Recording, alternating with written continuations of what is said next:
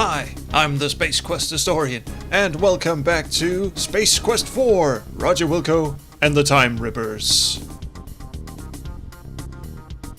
Damn it, I thought I had that. I sure know how to bust a move. I thought I had that perfectly timed. I didn't, sorry. Anyway, welcome back to Space Quest 4. Yes, this is indeed the time to bust a move. In fact, it is the time to bust a move for the second time because Thanks for shopping at Saks. Fuck you.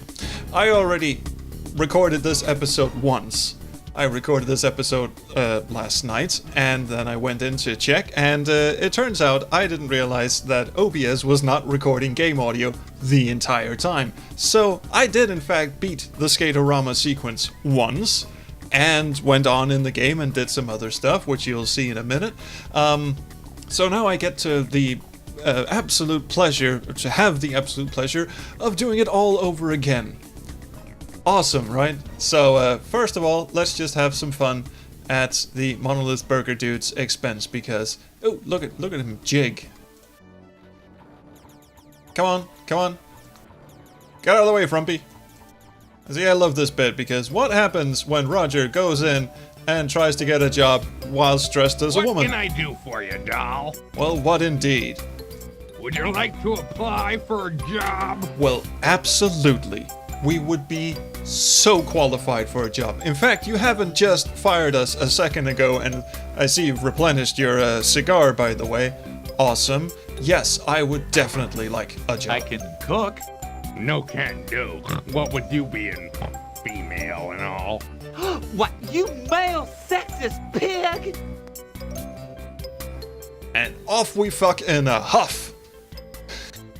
I just love that bit. I love that they actually gave that some consideration. Like you can walk in and fuck up most of these stores. You can walk into the well, that one doesn't count, and I guess the software store doesn't really count either. I don't think there's any like a separate message for it's closed. So never mind that. I think if you walk into the Big and Tall store, he just says, sorry, miss, you seem to have the wrong store. That's my French accent. Sorry, miss, you seem to have le wrong store. Yeah, I'm not gonna do that anymore. I'm just gonna go in and take this shit off. As you change your clothes, you think to yourself that even in drag, you still have incredible animal magnetism. Or is that just a lack of deodorant? No, I think it's both. Alrighty, Heidi. That was fun, but enough of that. It is time... Thanks for shopping at Saks. Fuck you again. It is time to delve into the thing. The thing we've all been well, I guess I'm the only one who's really been dreading it. I'm sure most of you have been looking forward to it. We're gonna evade some sequel policemen. Now, the way to evade sequel policemen is to go in this arcade... Wait a minute, I almost forgot. The little Easter egg I want to show you before we do that. It's inside the Big and Tall store. Let's see if he's actually there. Just gonna wait for Lardass here to pass. There we go. Is he here? Yep, there he is. And the the clerk just rode up his ass, and it's now those are some nice shorts. What the fuck are you doing? Just ride up to someone and just turn and just... That's very rude, sir. Anyway, this is Bob Andrews. He's was a programmer at Sierra. What is your deal, dude? Anyway, and he voices himself. Nope, bad color. Nope. Hey, leave me alone. I've got programming to do. There's nothing in my size. Also, I can sniff him. Hey, leave me alone. Well, that I've just got programming to produces do. that response. Anyway, this is Bob Andrews. He put this Easter egg in. It's only in the CD-ROM version, but I mean, it was too good not to pass up, including in the New Rising Sun patch, I guess. And like I said, it only works in the CD-ROM version. And well, there he is. That's just a little Easter egg. All right, I think I've delayed this long enough. I think it is time to activate some sequel policemen. Now, the sequel policemen will appear whenever you're wearing pants if you walk around this change machine, and they're gonna appear on this little pad here. And if you trigger them too early in the game, then you're kind of screwed because they will hunt your ass around the entire shopping mall. So Here we go. Fingers crossed. There they are. Okay, now this dude is gonna exit down here, and then this dude's gonna come straight for me. So I really should be leaving, It's one of Bohal's sequel policemen. but I do wanna just have a You'd little... best stay out of sight of this guy. Oh, they're not even fooling around. Oh, cool. I am just gonna take off, sir. Didn't see me. Bye-bye now. Okay, actually, I should be saving my game a lot here. Because we all know what's about to happen. Yes, we have to go into the Zero-G skating rink, also known as the Skate-o-Rama, and this thing is absolutely infamous because of the aforementioned timer bugs that were in Space Quest 4. I talked about that in the first episode. This portion of the game was absolutely bugged up the ass on the CD version, and having played this last night, I can assure you, it is still relatively bugged up the ass. Because this is where the fun starts. Now we have to move down here and immediately go up here, and the sequel policeman will arrive and shoot me in the nuts. Oh, goddammit, he barely touched me. Oh, you can make it, you can. Fuck you! Is that like a JFK style laser bolt that just bounces around? Fuck you. I can totally hang. Fuck it, I'ma turn down the cycles. Okay, as you can see from that fade in, the game is now running with all the awesome computing power of a mid-sized toaster oven. Just head on up there. You can do it. Is he already shooting at me? Are you fucking kidding me? You didn't fucking... God damn it.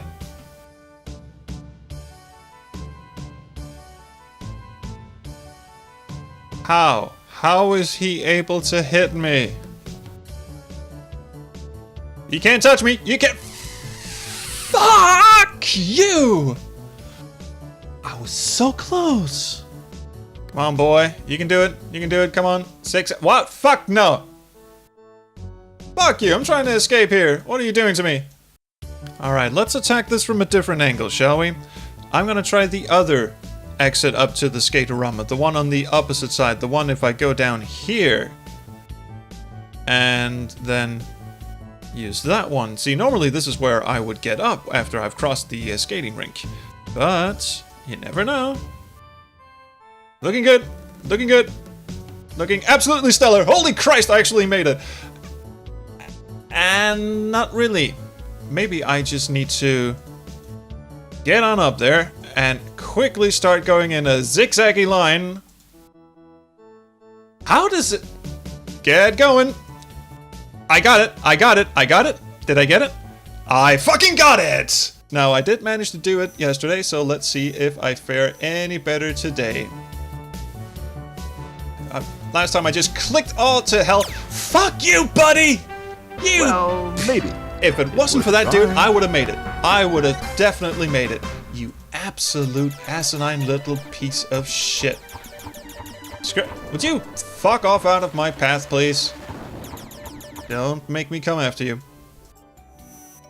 Alright, here we go. Take two. Now, let's avoid the jackasses. Just get out onto the skate rink and boom, boom, boom, boom, boom, boom, boom. There you go. He didn't see me. Yeah! I rock the awesome sauce. Okay, time to keep moving because the sequel policeman will also appear up here if you stay around too long. Actually, this whole screen is a grid thing. If I move up here, then the sequel policeman should appear to the right. There they are, and they are very good shots, so I should be making tracks now. See, that wasn't actually so hard. It was a bit harder last night when I couldn't quite figure out how to... I didn't know that you're supposed to rapidly click to move up the dome. That's I don't remember ever actually doing that or having to do that. I just remember you had to click somewhere around here where it says latex, and just you know, click there, and that would shoot him in a sort of straight line up to the upper dome. And once you're up there, you had a time to breathe, and then you could cross over the skate rink and back down again. Well, cool. So now we're in the time pod, and let's just have a look outside. This looks like some type of arcade where people mindlessly go adrenal via the latest and not-so-late mind-boggling shoot-em-ups and maze games. Ah, the arcades. What a time to be alive. Anyway, we should probably take a screenshot of this because we're going to need that time code. Thank you, ShareX. Okay, it is now time to head somewhere else, and that somewhere else would be the time code that we have to stitch together from the SQ4 hint book and this wad of used chewing gum paper. So let's see, the first bit is this is CIE thingy. E.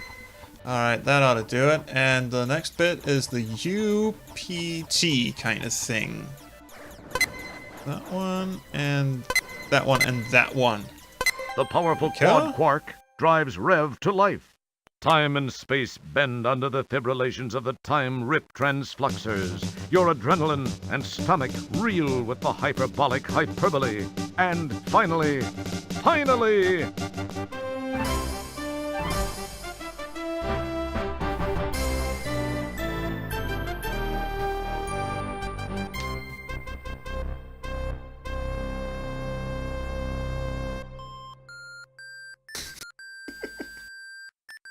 It's just it's so jarring, and they even got the little PC speaker noise in the background, and I love it. We're actually back in Space Quest. Roger, please control yourself. We're actually back in Space Quest 1, the Sarin Encounter, on the planet Kerona at Ulence Flats, and sadly the music stopped. I really wish it would have kept going, but memories race through your mind. You know you've seen this place in your distant past. The low-resolution features look exactly like a place you once visited called Ulence Flats. And this is where the game, I mean, it was already pretty meta at one point, but it gets super meta here because not only is, Space Quest 1 in EGA, they did upscale the graphics a bit. It's not in 160 by 200 stretched out. It's not in the AGI resolution, so they actually redrew the EGA graphics here, but they're still in 16 colors, and it's they even fixed the text boxes to resemble the old AGI text boxes. Have a look. This closely resembles the left side of Droids Be Us. Look at that. That is awesome. So I'm just gonna save my game here because it's gonna get tricky in a hurry because there are a lot of dangers lurking around. I think I just hit the microphone there. There are a lot of dangers lurking around here. For instance, just on the screen. It's a Walmart force field generation unit. Actually got away with calling it a Walmart. Now, of course, what is the first thing you want to do with a Walmart force field generator? Just walk up. Don't mess with it. I am going to walk up and touch it. You can't keep me. Ouch! Now, that is some buffo acting. Now, of course, this thing is lethal. It is deadly. It gives you quite a stir the first time. The second time you walk into it, you die. But what happens if you give it a good old tongue lashing? Let's do that. Okay. Well, predictable. As the moist surface of your oral muscle comes in contact with the fully energized force field, you realize your mistake. Thousands of volts pass through your cranium, turning your brain into a quivering mass of short-circuited neurons, which effectively terminates all interpretation of sensory impulses. TLDR, you're fucking musculate dead. your spasms for the last time, as the force field shock causes you to give up the ghost. Space Ghost, am I right? Huh? Anyway, let's not do that, and let's instead have a little spelunky walk around. Because this should be, and I know he just said droids be us, and it is still droids be us, because, as we saw in the room removed for legal reasons, they couldn't get away with calling it droids are us, lest they be sued to Prometheus or some other place. For all of your droid-related needs, see us when we're open. Which they're not, and we can't very readily break in there, so let's just walk around here. Now, the back of the bar, This must be the back of the bar. Some fading graffiti adorns the wall. Now, hands up those of you who played this game and went up to this place and figured, okay, the graffiti, maybe it's a time code or something. Maybe there's something I should, maybe I need to sort of decipher this. Because some of them, if you squint hard enough, they kind of look like the keypad in the time pod. But no, they are in fact not. They do, in fact, You don't know what it says, but you're sure it's not flattering. spell out something really, really awful. We will never know exactly what that is. I think we must have left our universal translator in our other hero pants. Perhaps the ones that Zandra blasted off us, but anyway, holy Christ, what is that? As you check out the sand bikes, you wonder what kind of cheese ball would own one. Oh, dear God, let's find out.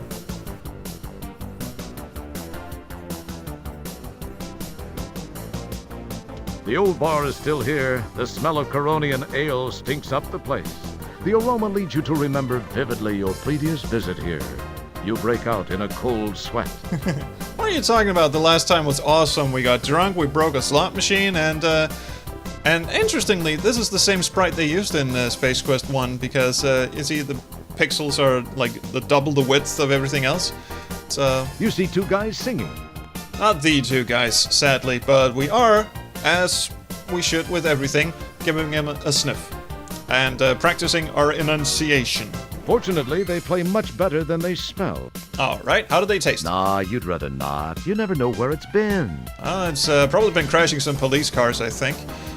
Interestingly, this will be the only band playing. Now, remember, in Space Quest 1, they had the ZZ Top look-alike band, and they had these dudes. Now, the Blues Brothers never had a problem with their appearance. I don't even know if they're aware, or at least Dan Aykroyd. I'm pretty sure John Belushi is not, since he's been dead for quite a while.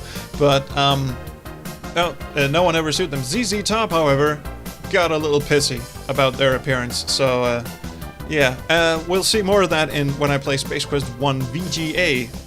Interesting, because that's the point where they, realized that they were in a computer game and they got a little pissy. I'll tell that story later. Now, having a look around, you spot that very nice big mess of pixels down here? You see a book of matches on the bar countertop. Of course, that one is ours. We are gonna check out the other patrons, though. Some rather drab-looking individuals are hogging the bar. This guy's really ugly. Alright. Some rather drab-looking individuals are hogging the bar. This guy's the ugliest of all. Okay, well, how bad can it get? How bad can the third guy Some get? rather drab-looking individuals are hogging the bar. This guy's too ugly to describe. Okay, so we've got Uggo, Mr. Uggo, and Ugliest. Cool. I'ma just have the pack of matches. Surely they can't have any complaints about Your that. attempt to get the matches failed. Dear me. Yes? Well, looky here. If it ain't Mr. Look at Me, I'm in VGA. What's the matter? Monochrome not good enough for you? What's this? 256 colors all for one little bitmap wimp? What a waste of VGA. Hey, fellas, I bet I can toss them all the way out from the bottom of the stairs. Bitch and ale. And he could. What a dickhead. That was incidentally Barry T. Smith. He was an artist at Sierra. He's still an artist, and he's a pretty damn good one. Voice acting, not so sure about that, but he is infamous in Space Quest circles because he was the fake host of a fake documentary about the Space Quest series that's on the Space Quest collection CDs, like the old CDs you used to get, and it's on YouTube too. And he plays, I think he just plays himself, Barry T. Smith, running around the Sierra offices trying to get interviews with the creators of Space Quest, and everyone's just slamming doors in his face, and it's fucking hilarious if you ask me. So he's also the monochrome biker guy. Now hold on, sir, I think there's just been a little misunderstanding. Could we? Never mind. Hey, we actually went farther this time. I wonder how far we go. Yeah, that's about it. Does his tailbone break or something? Just one. Just one more for good measure. Now, sir. Alright, never mind then. My ass hurts at this point. Hey, wait a minute, let's just check out Tiny's screen, because there's something I actually missed in Space Quest 1. And that is, you can buy the different types of ships, and they will all inevitably fail unless you buy, the real one, the one that was up here. And it is missing, by the way, so clearly we have landed in Space Quest 1 just after Roger took off to the Deltor and defeated the Sarians and all that junk. And all of these ships will fail or kill Roger, except for this one craft that's down here. And I didn't do that in Space Quest 1. Maybe I should add that to the wrap-up video, actually. You can get in this craft, and it will burrow into the ground, and Roger will climb out and actually survive. And Tiny will say, oh, dear me, that model is defective. Here's your... you don't have to pay for that. Just go and find another ship. So that's the only ship you can sort of fail in without consequence. At the bottom of this excavation is a small craft almost totally buried in dirt. You remember barely making it back out when the engine died. There it is. Good old dirt. Let's have a taste. Tastes like dirt. Smells like dirt. Talks like dirt? You talk to yourself. Nah. But you don't hear you. Anyway, Tiny must have fucked off to lunch somewhere. He's a big guy. He needs lunch. So anyway, I think we've had just about enough of Barry T and his merry band of gentlemen. Let's wreck their shit. Now this is uncharacteristically confrontational of Roger, who apparently just ran through the fucking force field as well. Well, that's okay. I like how each of them just goes into absolute shock. Oh my god, my bike! Mine bike! Also, check out the Boffo animation here. When this guy comes into view, here he goes and bleh! Just goes in a straight fucking angle. Awesome. Boy, that was close. Hey, how come their bikes can go through the force field? How come you could, you fucking magic piece of shit?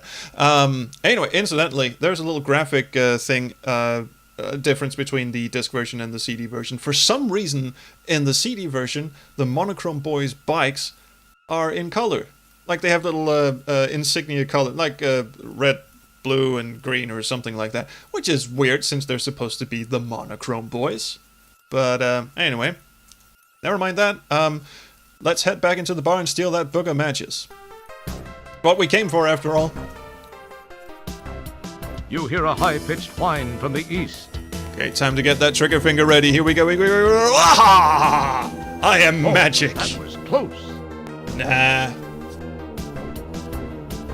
Nothing's too close to me. Also, the engine sound is still going. He's probably just tooling around in a fucking circle back there. My good man, sir, you have to help me. Hey, aren't you the guy who broke my slot machine? You owe me some money. Well, I gotta run. My hog pod's double parked. Hey, it's been swell talking to you. Fuck off. Okay, so, just to recap, the entire reason we went to Space Quest 1, in fact, the entire reason this whole section is here is, one, just for the shock value of going back to Space Quest 1, the EGA version, and second, to get this book of matches. You pick up the book of matches. For reasons I am sure Roger is not really clear on. Also, let's give the old bartender a sniff. It smells like something that wasn't designed for noses. God damn it. But look at the schnoz on him. Look. I have big nose. Big golden nose for some reason. Also, you would also be forgiven for thinking that these characters in the door were some sort of time code. Maybe, like, if you turn your head the right way or squint or whatever, they also resemble the keypad in the time pod. But no, they're not. Especially this character right here that I'm covering now. Yeah, that one. That looks like one of the keys in there, and some of the others. Yeah, that one too. But there's some writing on the wall above the stairs. Perhaps it says, "Watch your step." Or it says, "Get fucking wasted here." Your choice. Alright, well, seeing as that is actually all we came for, let's just head back to the time pod. You hear a high-pitched whine from the east.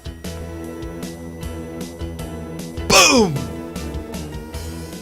Boy, that was close. Now, last night when I actually played this, last night, I think I told you that, I actually did get run over by one of the Monochrome Boys. That wasn't very nice. But the death is not as interesting as you would imagine, so I'm just going to hop back into the time pod. Actually, I could just show you a flashback of that. I'ma fuck off. Hey, dude. Ah, he got me. There you go. Without the voice, it's not... You know what? You know what? Fuck it. I'm gonna, just for you, I'm gonna go out and get myself killed. Just for you. Anytime now, gents. I'm here. You wanted to see me? Maybe they got You bored. hear a high-pitched whine from the east. Or not. Alright, come at me, bro. This is very unceremonious. Nice reflexes. Thanks. Life is pounded loose from your body by the impact of the sand bike. Now, this is a pain that'll linger. All the Bengay in Florida won't relieve this stiffness. Ah, yes. But we return now to the overgrown tennis shoe. I have no idea what just happened there. That looked mighty interesting. Anyway, small graphic glitch there. So anyway, I think that about does it for this episode. We have reveled in nostalgia. We have defeated the Skate-o-Rama. Twice for me. And we are about to head into the final part of the game, because now what we must do, and what actually takes quite a while to figure out in terms of playing the game for the first time, we're supposed to head back to Space Quest 12 and defeat Sludge Vohol, the evil supercomputer. How do we do that? Well, we're going to find out in the next episode. So, thank you so much for watching this. Please, like, subscribe, do whatever you kids do, but do leave me a comment, because, my God, I love the comments. Thank you. Leave more comments. The comments are awesome. Thank you so much. I'm learning so much from the comments, because, even though I'm supposed to be the Space Quest historian and all that, I apparently don't know everything, or even some things, possibly nothing. So hearing, every time I've glossed over a reference, or I've made a mistake or anything, you guys are quick in the comments to set things straight, and it is awesome. Please keep doing that. You rocketh. So again, thank you, and I will see you guys around the Kerona stream.